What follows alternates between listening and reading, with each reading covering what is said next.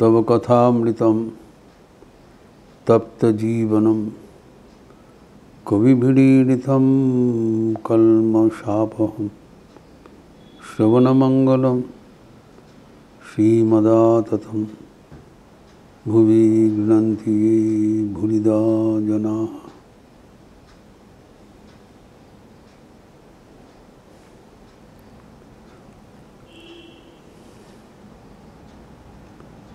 श्री श्री ठाकुर कहते हैं,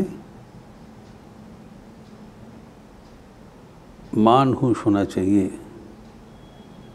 अर्थात हम लोग जो मनुष्य है इस संपर्क में सदैव सचेतन होना चाहिए।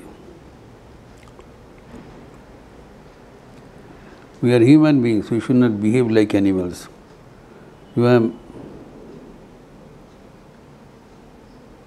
एक श्लोक उद्धृत करते हुए जो हम चर्चा किया था कि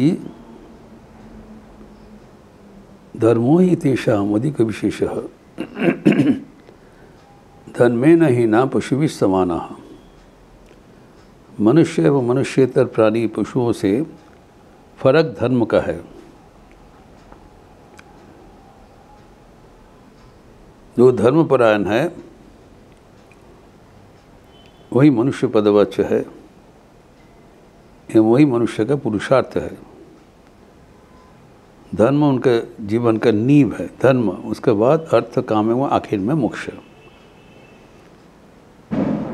मनुष्य शरीर ही पर्याप्त है क्योंकि धर्माचरण करते हुए स्वाभाविक रूप से मोक्ष प्राप्त कर सके। This is the plan of creation, this is the exit from creation. इसलिए कहा जाता है सृष्टि का श्रेष्ठ एवं अंतिम जीव, the culmination of the species of different species. 84 lakh योनियों अतिक्रम करके मनुष्य होते हैं, ये दुर्लभ जीवन है। लेकिन मनुष्य शरीर प्राप्त होते हुए भी अगर हम धर्माचरण ना करें तब मनुष्य जीवन व्यर्थ होता है। इसलिए जो हमारे प्राचीनतम शास्त्र उपनिषद आदि से धर्मपरायण होने के लिए निर्देश दिया हुआ है। हम देखते हैं तैत्तिरीय उपनिषद 1:11 श्लोक में कहा जाता है, सत्यम वद धर्मम चर साध्यान मां प्रमदः। जीवन में सत्य बोलना चाहिए, धर्म आचरण करना चाहिए एवं शास्त्र पाठ में विरत नहीं होना चाहिए।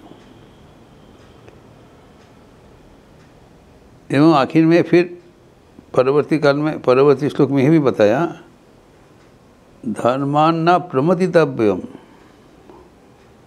धर्मात् न प्रणदितव्यम, मतलब कभी धर्म से विचलित नहीं हो जाना चाहिए, उसमें कोई स्लैकनेस नहीं देना चाहिए, हल्कापन से नहीं लेना चाहिए।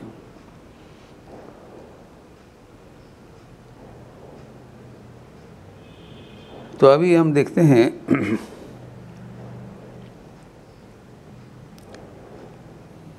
कि धर्म किसको कहलाता है। धर्म से तो पालन करना चाहिए, मनुष्य धर्म का क्या है वो भी उपनिषद में कहा गया है।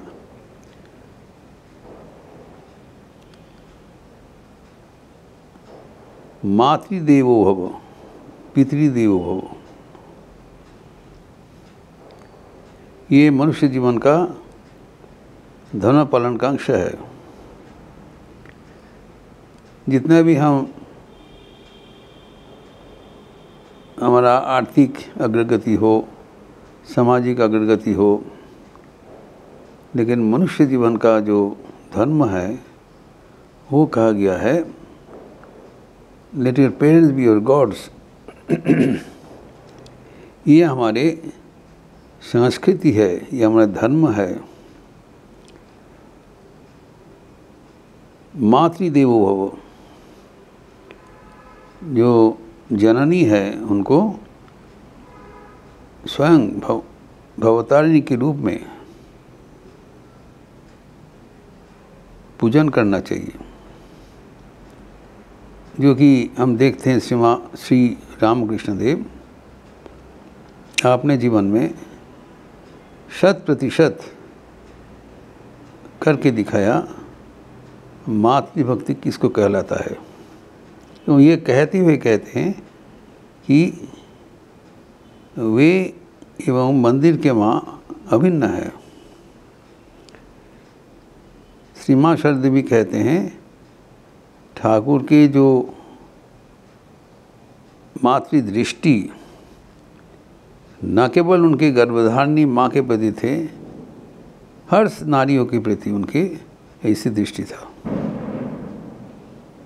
यही है मनुष्य जीवन का बड़ा कष्ट। सबको श्रद्धा, सम्मान एवं दैवी ज्ञान से पूजन, पूजा करते यार उन लोग पुजारह है। हमारे शास्त्र कहते हैं, श्री शास्त्र में लिखा है एवं श्री रामकृष्ण उसको पुष्टिकरण कर रहे हैं। उनके जीवन भी वैसे दिखाते हैं, कभी माँ का आज्ञा उल्लंघन करके कुछ जीवन में नहीं किया। जब वो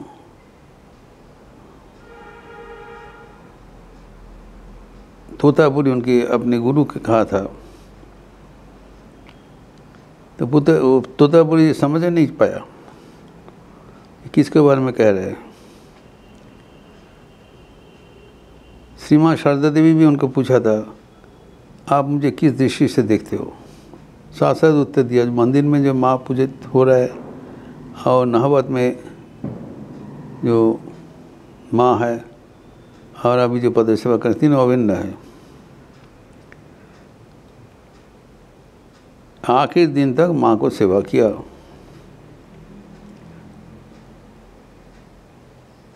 यही हमारा कृष्टि है, ये हमारा धर्म है।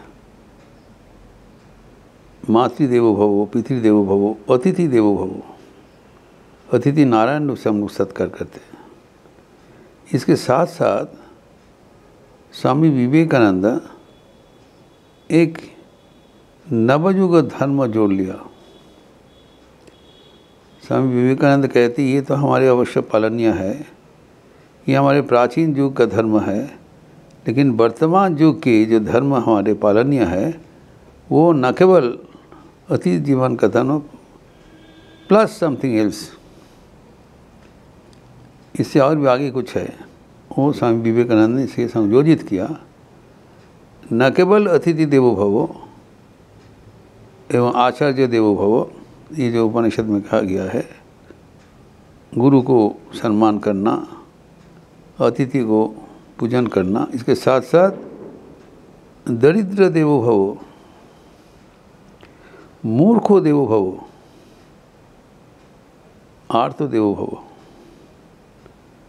जो समाज में दलित, पतित, मूर्ख, अज्ञ, रोगी सब को देवता ज्ञान से पूजा करना चाहिए। यही मानव जीवन का धर्म है, जो सबको अपनाते हुए सबको भगवान ज्ञान से पूजन करना चाहिए। ये जो शिव ज्ञानी जीव सेवा का प्रवर्तन हुआ है श्री रामकृष्ण के माध्यम से, यही वर्तमान युग में मनुष्य का पहचान है। एवं न केवल जीव सेवा है, विशेषतः जो पिछड़े वर्ग है, जो गरीब है, जो आर्त है, अवहेलित है, असुस्थ है, ये सब ही हमारा पुजारा है, पूजा करने के लायक है। और उसको कैसे पूजा करना है? कि भगवान के जीता जागता स्वरूप प्रतिनिधि ईश्वर को हम लोग पूजन करते हैं मंदिर में, देवालय में, मस्जिद में, एवं कोई प्रतिमा के माध्यम से, थ्रू ए डीटी। जो मंदिर का जो देवता है वो हमारे पुजारा है। श्री रामकृष्ण कहते हैं यही तुम्हारा मानव धर्म नहीं है केवल, इसके साथ साथ जो जीता जागता नर नारायण चारों ओर विराजमान है उनको प्रत्यक्ष जीवंत नारायण समझकर पूजा करना भी हमारा धर्म बनता है। एवं जैसे कहा गया धर्म बिना हम मनुष्य पदवच्च नहीं होंगे, धर्मी नहीं ना पशु भी समाना। तो ये स्वामी विवेकानंद का विशेष संयोजन, और वो कहते हैं कि मनुष्य, जीवंत मनुष्य को पूजन करना वाला सबसे बड़ा अवसर है। और आगे जाके ये भी बोल रहे हैं वही जीते हैं जो औरों के लिए जीते हैं, बाकी सब तो मृतक है। They are not live who live for others, the rest are more dead than alive. अगर मनुष्य होके रहना ही सबसे बड़ा चीज़ है, मनुष्य होकर विचरण करना, मनुष्य जीवन का सार्थकता उपलब्धि करना, उसका उपाय है औरों के भीतर भगवान को दर्शन करते हुए सेवा करना। सबके भीतर वही एक ही भगवान विराजमान है, सबके भीतर without discrimination, without any consideration एक ही भगवान को दर्शन करना एवं उनको सेवा करना ही धर्म है।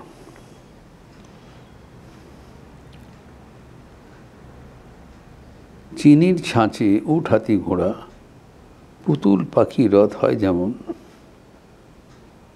এক आत्माराम बिहरे भाई के हिंदू और के जवन। जैसे मठ बनता है चीनी का छाछ से, नाना प्रकार का आकृति से, पुतला जी से बनता है, लेकिन सबके भीतर एक ही चीनी है। छाछ अलग है, देखने में अलग प्रतीत होता है, और वो आत्माराम एक आत्माराम है, सबके भीतर एक ही भगवान है, अलग नहीं है। कोई हिंदू होगा, यवन होगा, यहूदी, मुसलमान, क्रिश्चियन, जो भी धर्मावलंबी हो, जो भी जहाँ से हो, विदेश का हो, देशी हो, सब के भीतर एक ही परमात्मा विराजमान है। उनको मान लेना एवं विराजमान है ये जान के सबको समभाव से सेवा करना ही मनुष्य धर्म है।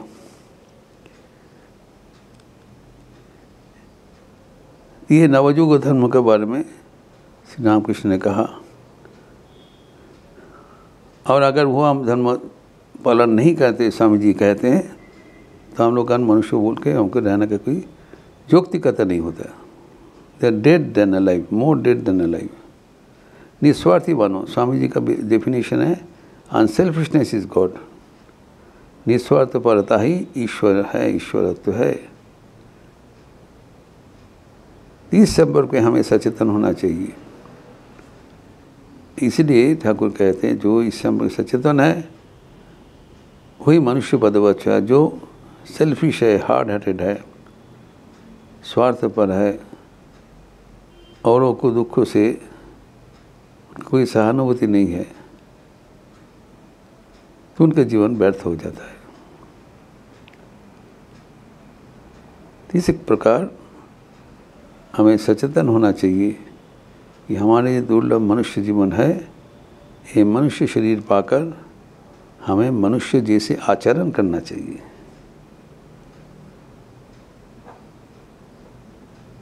तभी हमारा जीवन सार्थक एवं सफल होगा। ये विषय और भी आगे बढ़ाते हुए हम अगले दिन चर्चा करेंगे। ओम शांति शांति शांति। हरि ओम तत्सत। श्री राम कृष्णार्पणमस्तु। आज शनिवार का अवसर है।